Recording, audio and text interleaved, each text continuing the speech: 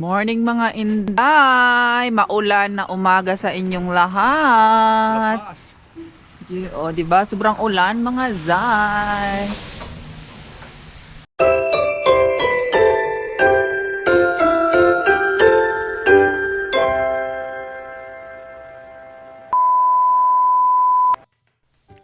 Hello mga inday and mga uncle. Good day to everyone who watching me right now. So, this videos is I just want to share or ipakita ko sa inyo kung ano ang mga ginagawa ko sa loob ng healthcare facility mga inday. So, ito yung mga ginagawa ko pagdating ko dito sa facility mga day. So, diretso na ako din sa resident, linisan, and of course, bihisan mga inday. And after ko matapos siya, toothbrushan of course, dalhin sa dining table mga inday. And then, makakain na kasi sila ng breakfast. Then, of course, kaya nakatiwang man yung mga messy nila. So, kailangan linisan mga inday. Kung kapain mo, kapain kung may basa ba, dapat tanggalin yung basa. Then, palitan ng bagong mga inday. Ayan. As you can see, tinanggal ko yung pink na chocks. So, nagpalit ako ng green na chocks mga inday kasi nga, basa na yun. And then, lagyan ng ganyang chocks. And then, of course, lagyan ulit ng pads na chocks mga day. Ayan. And then, pagkatapos, ilagay din yung mga kumot na kailangan nila. So, ang nagturo pala sa akin about dito sa mga kumot-kumot is si Ate Glenda. So, thank you so much Ate for kung paano maglagay ng mga kumot-kumot, ganyan. Kasi mga inday, minsan kasi naglagay ako ng ng cover. Isa lang ang nilagay ko, yung parang wala ba siyang, yung parang puffy sa under. Sabi na ate, hindi ganyan Fred. Sabi niya ganyan, lagyan mo pang ng doon sa loob. So, narong ako doon mga inday. So, thank you so much ate sa pagturo sa akin. Ayan. So, hindi naman kasi tayo perfect mga inday. Minsan nagkakamali din tayo. Nagkakamali ako mga inday, pero hindi naman always. Minsan lang naman ako nagkamali. Charot, perfect talaga. So, anyway mga inday, yun lang, ma-share ko lang. And then, sa mga lahat na nakikita nyo dito, base lang ito sa tinuro din sa akin. So, sana wag nyo akong i-bash if may nakita mo kayong wrong. Ayan. So, salamat mga inday sa panonood. Ayan. So, yan lang. Ma-share ko lang sa inyo kung anong ang mga ginagawa ko dito sa loob ng facility mga day. And ang ginagawa ko lang pala is ganyan. Pagkatapos ko sa residence, and then of course, ayusin yung bed mga inday, ilagay kung ano ang i-arrange, punasan kung ano punasan. Pero sa floor mga inday, si Ate Glenda na yun mga inday kasi nga sa Ate Glenda ang nagmamap and nagwawalis dito mga inday. Ayan. So, after ko dito sa isang room mga day, punta na naman ako sa isang residence kasi yun na naman ang start kong lilinisan yun. And ilalagay doon sila sa ilalagay sila doon sa dining table. So, kung nakikita niyo mga hindi, parang inaamoy-amoy ko yung mga unan, yung mga kasi nga, baka kasi, di ba, may amoy-amoy. So, kailangan talaga lagyan na sa labahin, mga inday. So, pasensyahan nyo na ako kung ginaganyan-ganyan ko. Kasi hindi ko kasi alam nga naman, paamoy na, yung kamay nakakaamoy. So, hindi talaga nakakaamoy yung kamay. So, dapat sa ilong talaga, mga inday, para malaman mo kung may amoy ba yung mga ano nila din nilagay sa labahan. So far mga inday, papalit ko lang naman dyan ng mga cover na yan. Kaya, okay pa naman siya. And then, halos always naman kami nagpapalit ng mga covered nila kasi nga, di ba, ang family always pumupunta. Kaya, hayun, kailangan dapat malinis talaga. And mayroon nag-check din sa facility kung malinis talaga yung facility namin. So, anyway, as you can see mga inday, I'm here in the next, next residence. Ayan, this is other residence room. At ito yung room na last na lilinisan mga inday. Kasi siya ang pinaka-last na palagi namin nilinis. Kasi itong resident na to mga inday, 2 person siya. Hindi siya pwede pang 1 person lang kasi nga nag-hoyer lift. Ayan mga inday. At saka parang hindi niya nakakaya din yung katawan niya, pero she is a very good na na resident mga inday. Wala siyang dementia, yung nagsasalita pa siya as in normal pa talaga siya. Yun nga lang talaga hindi niya lang kaya yung sarili niya mga inday. Kaya 2 person siya. Ayan. Tapos ito yung last na nililinisan namin mga inday. Then after this, namin paglilinis ng mga kwarto, mag-prepared na kami ng mga gamit para maglilinis na naman ng bathroom mga inday. Ayan, so kung nakikita nyo before, naglilinis ako ng mga bathroom. Well, makikita nyo naman kasi dito naman sa vlog ko na to, attach ko din yung kung naglilinis ako ng bathroom mga inday. Yun ang mga ginagawa namin. And then pagkatapos nun, um, tapos na yung mga tapos na yung mga residente kumain, nasa sala na sila and nanonood ng TV. So of course, it's our turn. Nakakain na naman kami ng aming breakfast. Of course, mga inday, kailangan natin kumain kaya para malakas tayo mga inday kasi nga minsan may pagbigatan din yung mga residente, hayan, lalo na pag tutulungan mo sila sa paglalagay sa bed or paglalagay sa mga commode nila, ganyan, or nagpapapati, ganyan. So, medyo may pagkabigatan din, mga inzay. Ayan, kaya kailangan natin ng energy. Ayan. So, alam niyo mga inday, kahit payat ako mga inday, medyo malakas-lakas din ako ha. Sinasabi niya na Rose, oh my God, ang lakas mo. And even si Stacy, sabi niya, ang lakas mo, Fretzy. Ayan, so kailangan talaga yun mga inday. And yun lang mga Zay, ma-share ko lang and wala na akong sasabihin. So sana nag-enjoy na lang kayo this videos na pinakita ko sa inyo. So ito lang naman mga indang ma-share ko sa inyo ang mga ginagawa ko dito sa loob ng facility. So yun lang mga Zay. Thank you so much. So anyway mga inday, if you are close to us, nag-hiring din pala kami again ng part-time job or hiring a part-time job. So if ever free kayo mga inday, just go here or contact me or contact Ate Glenda for interview kasi kailangan namin talaga ng part-time mga inday. Magka-cover lang sa akin at saka magka-cover kay Ate Rose mga inday, yun yung kailangan namin. So, yun lang mga inday, again, ma-share ko lang and thank you so much.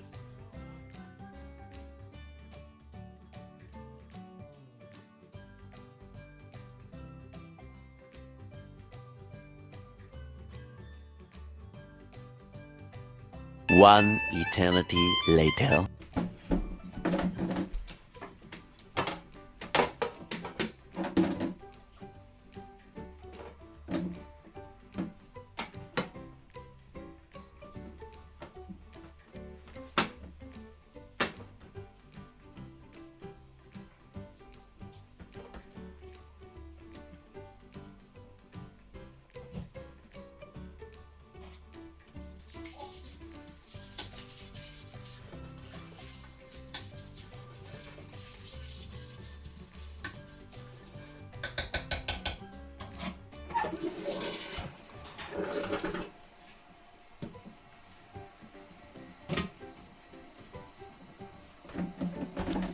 So, hello mga inday and mga uncle. As you can see, after natin sa mga rooms, of course, we are going to clean the bathroom mga inday, which is, this is the very important na always lilinisan mga inday kasi nga, ito kasi ang always na mostly talaga na palaging nagagamit ba yung tinatapunan ng mga like kung nag-iihi sila or nagdudumi, ganyan, dyan talaga mostly tinatapon sa bowl mga inday. So, kailangan talaga always na-disinfect. So, every day ako nag-disinfect dyan mga inday. Gamit ko yung ating Clorox na pero nilalagyan ko siya ng tubig mga inday. Ayan. And then, para maputi din yung tiles tingnan kasi nga, feeling ko, pag gamitin kasi yung Clorox mga day, maputi yung tiles. Ayan. Hindi naman ako sa nagmamagaling mga inday. I know I'm not perfect. And I know some of you guys heard they can bash me like before na naglinis ako sa bahay namin noon. Tapos hindi ako nag-gloves and then sabi niya, "Inday, bakit tawag nito, bakit hindi ka nag-gloves, bakit ganyan ka maglinis ng inodoro, ganyan, bakit yung walis ginagamit mo sa ganito, ganyan." So, mga inday, I'm sorry kung may mali man ako dito, pero this is the way how I clean the bathroom. Ayan, gusto ko din malinis. Ayan, kung di pa sapat sa inyo ang kalinisan, na it's not my problem, charot lang. Pero I want to make sure talaga mga inday na malinis talaga at hindi ako ma-award nila Ate Glenda. Ayan, kasi minsan napapagalitan ako nila Ate Glenda if wrong talaga yung ginagawa ko mga inday, which is okay lang yun kaya para talaga matama mo yung kamalian mo mga inday. So, at saka ako mga day, lang akong kausap, yung madali lang akong kausap ba, pag mali, di mali, ganun, i-change mo. Ayan, so dati mga inday kasi ganito, alam niyo paper towels, yan kasi ang ginagamit ko sa salamin mga inday. Ay, nakita ko ni Ate Glenda na pagalitan ako mga inday. Fred, si too much ka mag-use ng ano, ng paper towel. Kaya mga inday, tagdalawa-dalawa na lang yung ginamit ngayon na paper towel para panglinis ng salamin. Kaya gusto ko kasi mga inday yung salamin, clear siya. Ayoko nang looks foggy ba. Kasi di ba pag punasan mo lang, isang wipe mo lang sa salamin, parang pag ma-dry siya ba, parang siyang fogs, tingnan, blurred ba. So, ako kasi mga inday, talagang wina-wipe ko kaya para clear talaga yung salamin. Pero, alam niyo mga hindi, nag-order na ako sa Amazon yung ano, mirror cleaner ba? Yung parang, ano mo lang siya, i-swipe mo siya, then, ano siya, mag-clear na yung tawag nito, yung salamin. So, yan yung looks niya mga inday, nung nalinis ko na.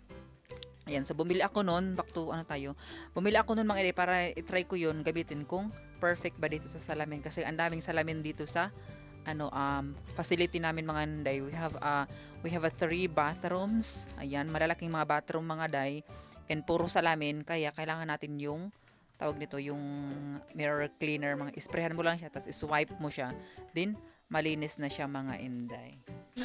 Ano, kasama ka pala sa volunteer pala ka. Kaka pala, kasama ka pala ni Bertie.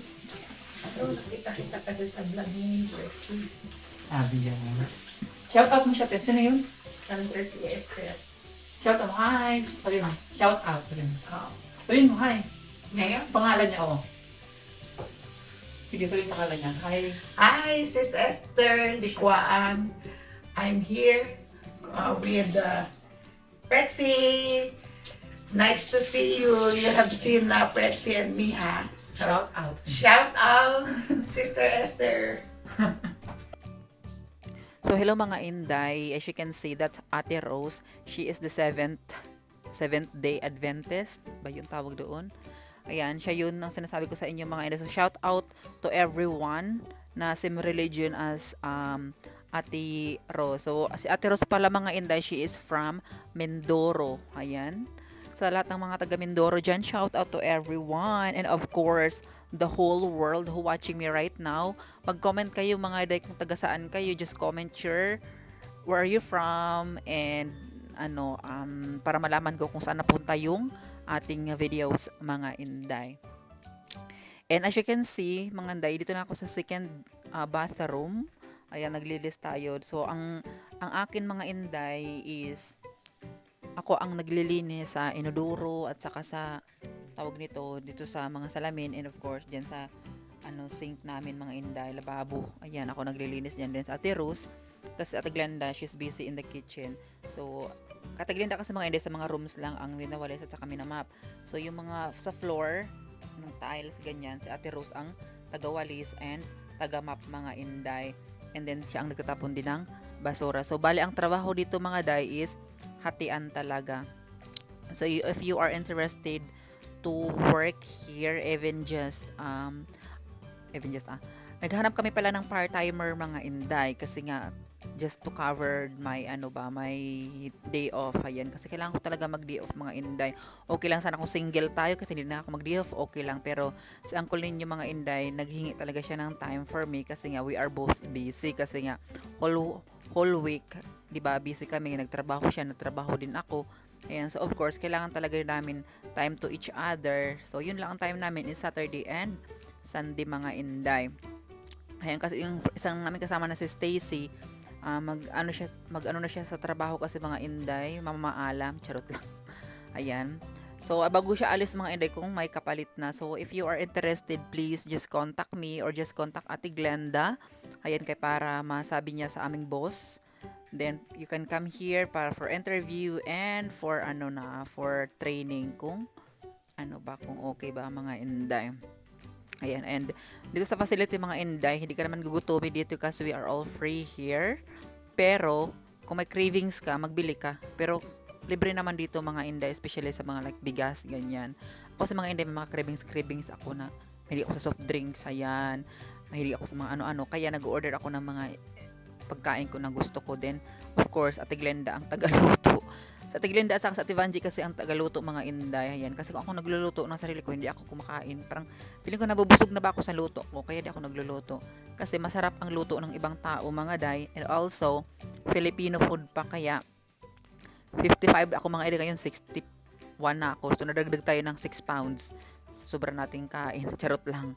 Ayan. Ate Glinda kasi sa Ate Vanji, mga Inday, mga basher yan. Kaya pinapataba nila ako. Ayan, ganun sila mga Inday. Palagi kang pakain ako ng pakainin nila. Dalawa mga Inday, which is good. Ayan. Kasi, palagi kaming kain ng kain. At saka sarap kumain mga Inday nila pagkasama mo mga Filipino din. Tapos kwentuhan, ganyan. So, yun lang mga Inday. Yun lang naman ang aking ma-share sa inyo.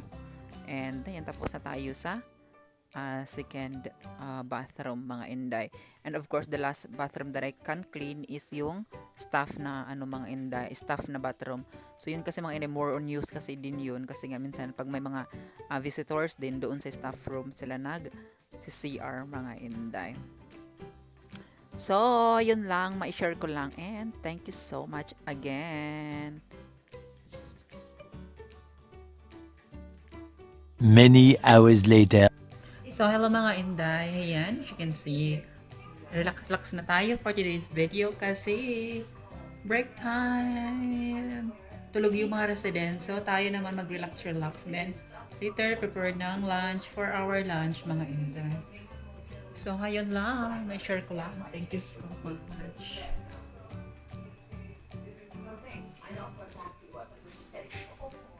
A few moments later. Hello mga Inday, andito kami ngayon sa Smart and Grand and Final. Charot lang. Sa Smart and Finals with Ate Glenda, she's back! Mag-ano kami, mang-grocery kami mga Day. So, let's go!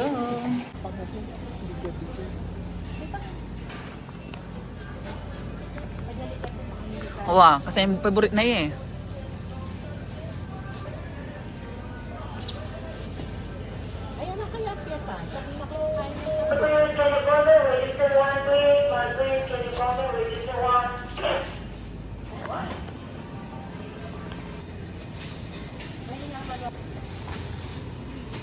Kabilis mo malengke?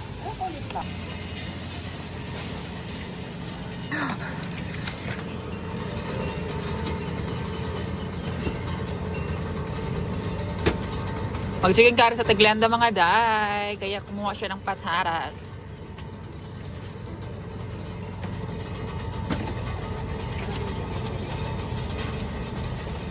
Rakal? Para sa...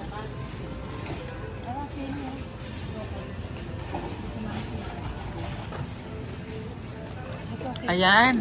Balik mo yung metong. Ay. Ano eh?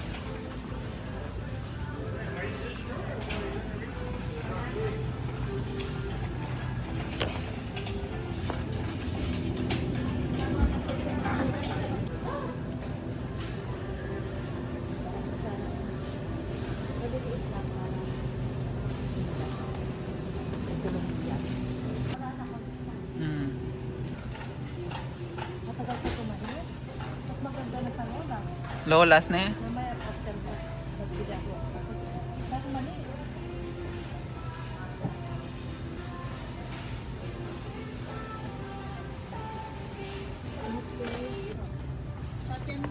Yan te. One eh. Spam.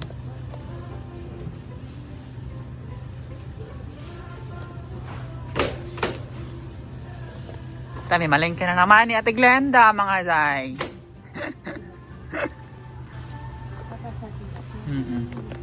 Sardinas tama.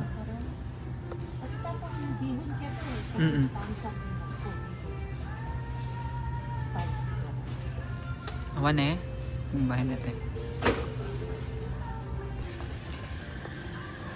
Saka tayo ng mga dice, ang box.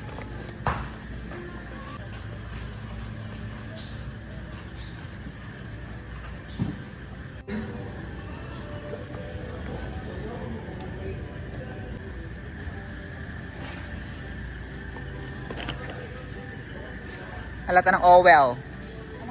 Wow.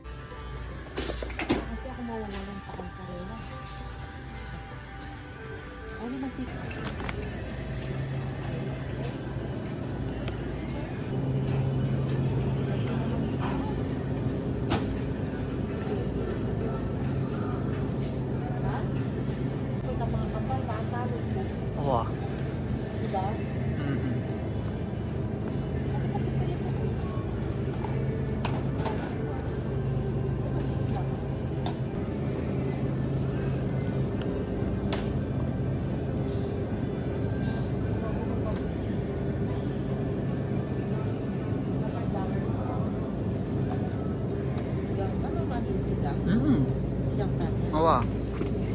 Ito yung makanta? Di ba laga mo? Kaya ba silang pato?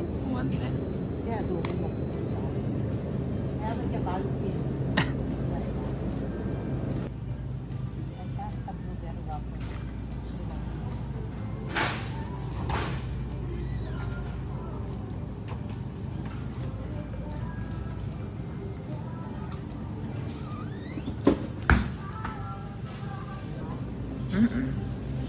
Yan. Ay, ate. Nasag na. Nasan niya?